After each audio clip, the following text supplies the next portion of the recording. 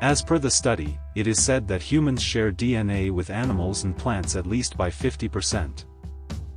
Bananas and egg-laying chicken, for instance, have 60% the same DNA with humans.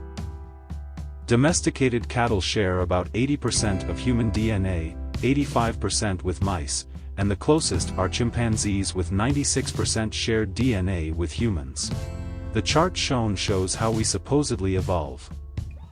The ancestor of our ancestors logically seems to have features of ape, mice, cattle, chicken and banana, but this theory of evolution is not really a sure thing.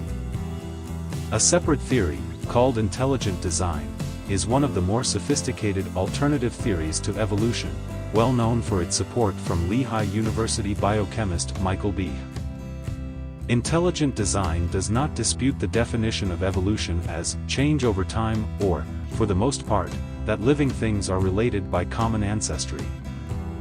However, this group does believe that the natural world is too complex and diverse to have occurred through random processes.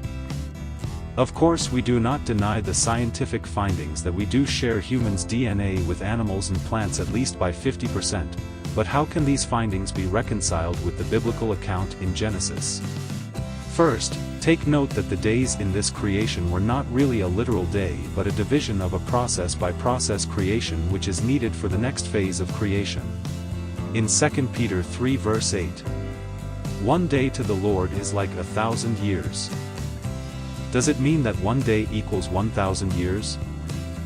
The text says, "One day is like 1,000 years." The word "like" shows that it is a figure of speech, called a simile, to teach that God is outside of time.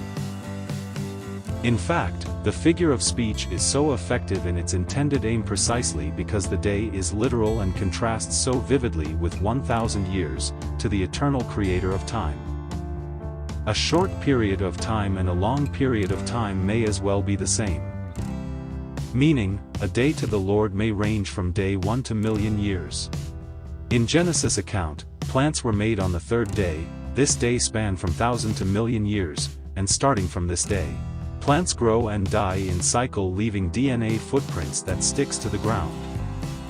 Then on the fifth day, the sea and flying creature were made.